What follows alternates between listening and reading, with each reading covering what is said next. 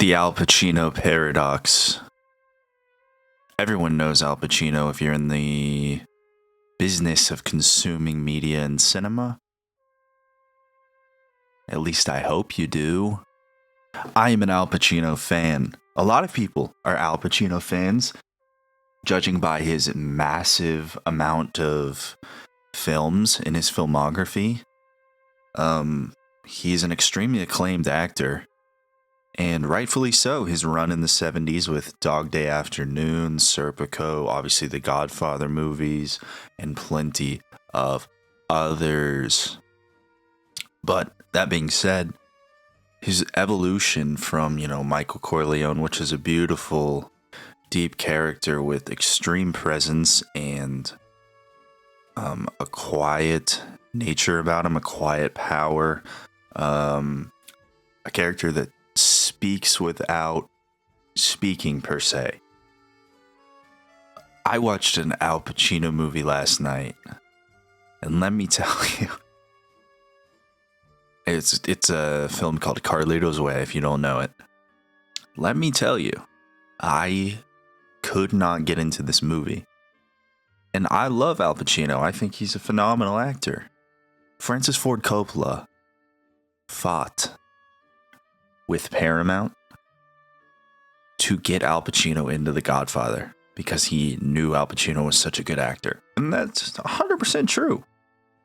But this movie, Carlito's Way, is shot beautifully, by the way.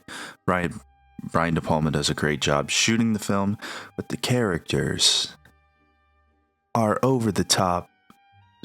So over the top. The film is set in 1970s New York. Al Pacino is supposed to be Puerto Rican. And like 90% of the movie is voiceovers. And there's one scene where he's in this room counting money, and he's yet again supposed to be Puerto Rican. Hey, it's me counting money. It's crazy. Like, how did he go from Michael Corleone, who has like this, almost coy nature about him, to, hey, I'll tell you what it is. It's probably drugs. But that being said, still captivating. It's still interesting. It went deep into my psyche, and I think that is the power of him as a performer, because as ridiculous as this performance was, I'm still talking about it, and it still impacted me. So, maybe there's a little bit of secret to the sauce there on becoming a caricature of yourself, which I think he did effectively. And there's a lot of performers on Earth that become characters of themselves, and as a cinema lover and a viewer of many different performers and directors and all types of things, a lot of performers seem to become characters of themselves, and that may be good or bad. It's probably good for the marketing and the brand of their own personal whatever. And maybe this is a study of fame in general and how fame potentially corrodes your sense of self. Because, at one point, he was just a normal guy.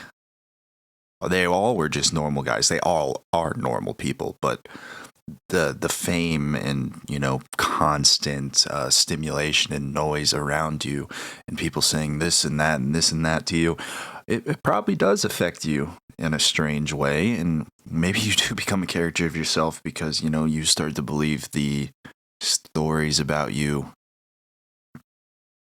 too. You start to believe the stories about you too. It happened with Hunter S. Thompson. It's probably happened with a lot of people.